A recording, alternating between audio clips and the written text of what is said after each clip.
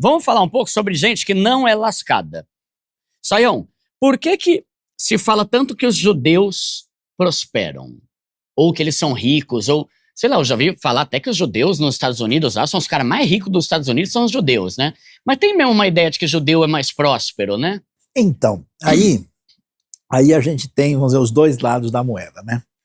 Uma parte disso, eu acho que é um comentário que não corresponde à verdade e até meio maldoso e preconceituoso, né? Por quê?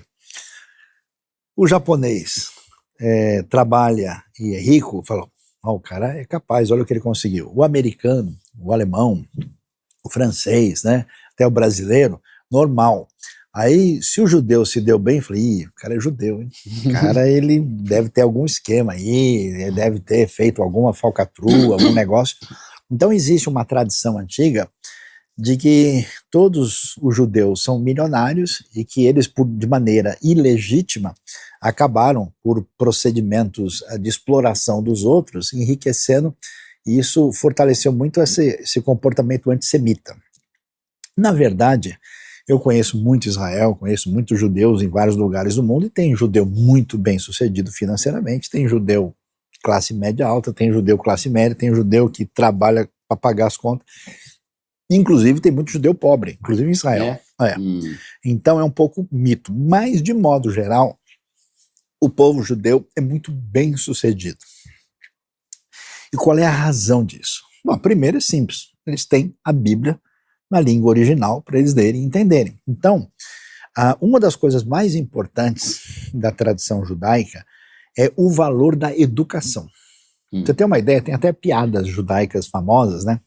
E uma delas é que a mãe judia encontra a outra, né? E ela fala, como é que tá, né? O seu filhinho, né? Ele tá bem de saúde, né? E ela tá com os dois filhos ali, né? Um de 4 anos e um de 6, né? Aí ela fala, mas tá perguntando de qual? O médico ou o advogado? Né? Então essa é a mentalidade. Então, com essa perspectiva, muito da tradição judaica, desde os tempos antigos, na época romana, os judeus tinham um índice de alfabetização superior aos próprios romanos e qualquer povo da época, né? A segunda coisa, Duda, é que a tradição judaica ela não é tão influenciada por essas ideias platônicas e neoplatônicas que entraram no ambiente da cristandade. Então, o judeu não acha que ele está, de alguma maneira, sendo culpado porque ele prosperou financeiramente. Ele entende aquilo como bênção de Deus. Então, ele acha normal e acha justo e correto que ele vai fazer um empreendimento, que ele vai trabalhar e que ele vai ter sucesso naquilo. Um terceiro fator importante, que é muito legal, e eu acho que é a coisa mais interessante, eu mesmo agora, nesse momento de conflito, de guerra, eu tenho falado com amigos em Israel, né? Eu tenho gente muito amiga do lado árabe, do lado judeu, e sei que muitos de fato estão querendo paz, não querem saber dessa confusão toda que se definiu lá por conta do terrorismo, e aí eu vou tentando assim, devagarzinho, pisando em ovos para consolar o pessoal. Aí o pessoal fala, não, Sayão, esquenta a cabeça, vai passar logo. A gente vai dar a volta por cima. Os caras têm um otimismo que é doideira.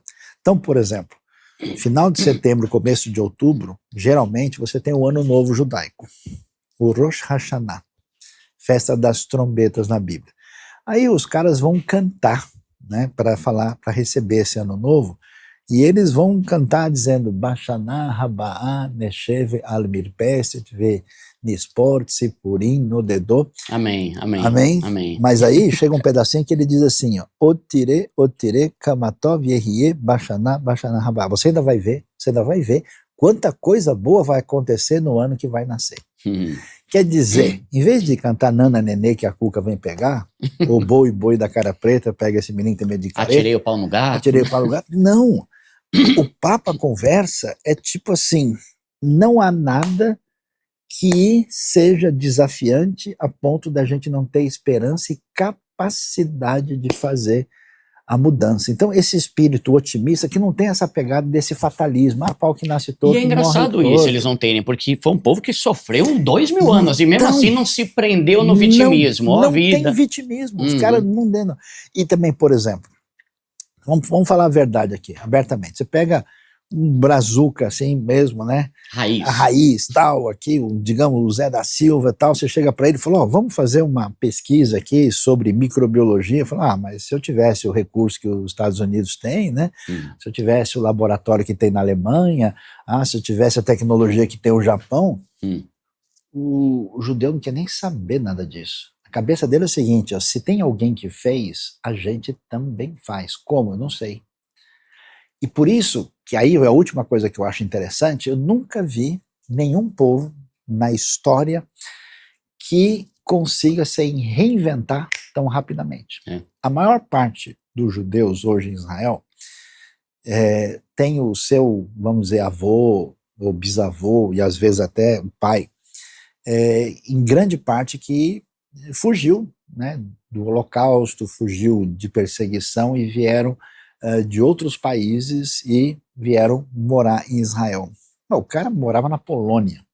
Na Polônia ele vendia chapéu e vendia casaco de pele de urso. Agora está morando no deserto. Agora ele está num lugar que faz 45 graus. Na Polônia fazia 30 negativo. Então, assim, a capacidade, né, esse empreendedorismo, essa condição de dizer, peraí, aqui, né, por isso que Israel se tornou o que chamam de Startup Nation, né? Você tem um valor extraordinário para criatividade. Isso, sabe de onde vem isso muito? Da leitura da Bíblia, daquela conversa, a tradição judaica diz assim, onde há dois judeus reunidos, há pelo menos 7 opiniões diferentes, né? O pessoal está sempre conversando, discutindo, trocando ideia, então a coisa é efervescente. E não assistindo Big Brother, né? Por exemplo. Então, é um negócio curioso, como o pessoal, de fato, né, a gente aqui canta, mas ele é que faz, levanta, sacode a poeira e dá a volta por cima, porque é curioso. Então, nesse sentido, uma grande parte dos judeus, de fato, tem tido facilidade em empreendedorismo, em criatividade e, consequentemente, em, vamos dizer, sucesso financeiro. Eu até escrevi um texto esses dias, né, muito interessante, sobre os judeus e o Natal. Você acredita que as luzinhas de Natal que a gente usa, que o pessoal põe, tudo quanto é enfeite, na verdade quem criou foi um judeu. É mesmo? Sim. Que nem gosta disso, provavelmente, das árvores. Albert Sadaka, um judeu nascido na Turquia, que migrou para os Estados Unidos, na época que o Thomas Alva Edison tinha acabado de fazer, e ele simplesmente decolou, né, fazendo um negócio que pisca-pisca. Fez exatamente o pisca-pisca é de origem dele. Um cara que nem o Silvio Santos na história brasileira. Ou mesmo o cara lá, que o Samuel Klein, que começou as Casas Bahia, numa época em que todo mundo falava que o Brasil não tinha jeito, que um monte de gente estava querendo ir para o exterior, o cara pegou e fez um negócio que teve sucesso por causa dessa atitude. Mas então, você acha que tem uma bênção especial sobre eles? Ou é uma questão de educação, em estrutura, em educação, tipo assim, de sempre aprender, sem esse papo besta que muito brasileiro tem de ó pobre, ó vida, ó azar, vou morrer pobre, nasci na pobreza. Mas tem uma certa coisa assim? Então, aí a gente entra num caminho meio complicado, porque a pergunta é o que é ter bênção de Deus sobre a nossa vida. O povo de Deus, a igreja de Deus, tem bênção sobre eles? Tem.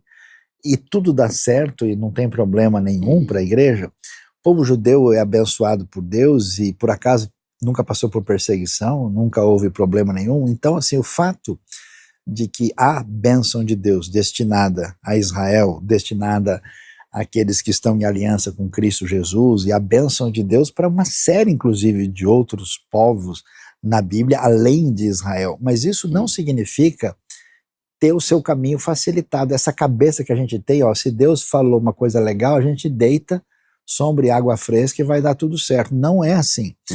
A bênção principal que você tem para o judeu e para o cristão é exatamente a orientação que ele tem na sua palavra, a revelação para a gente, que você vai ver lá. E quando esses princípios saem da teoria, saem do caminho esquisito e passam a integrar a vida, a comunidade, o jeito de ser, aí você colhe os frutos. Então, a maior parte dos judeus que tiveram um sucesso extraordinário em qualquer campo de atividade, 20% dos casos de prêmio Nobel são de origem judaica, e eles são menos de 1% da população mundial. Isso está ligado ao estilo de vida decorrente da sabedoria cuja raiz está no pensamento bíblico. E eles levam a sério os princípios que estão lá, né? Não é Sim. tipo o cara nominal, né? Que gosta da Bíblia, mas nem lê e não sabe nada. Eu diria que é uma coisa um pouco diferente. É que, assim, existe uma cultura enraizada em um jeito bíblico de pensar. Tá. E às vezes você pode ter até uma pessoa de fora que é muito religioso e muito sincero e mais devoto e dedicado do que um judeu. Por exemplo, Einstein não era um religioso, mas ele foi criado nessa tradição. Então, a concepção que a pessoa tem sobre a vida, ela é marcada por otimismo, por fé, por expectativa. Porque quando você tem otimismo e expectativa e esperança para o futuro, você, no fundo, está mostrando que você acredita na providência divina. Quando você joga a toalha e diz que não tem o que fazer, você está dizendo, Deus abandonou a gente. Nem ele vai conseguir. Mesmo que você fale o nome de Deus 200 vezes por dia. Quer ver uma coisa bizarra?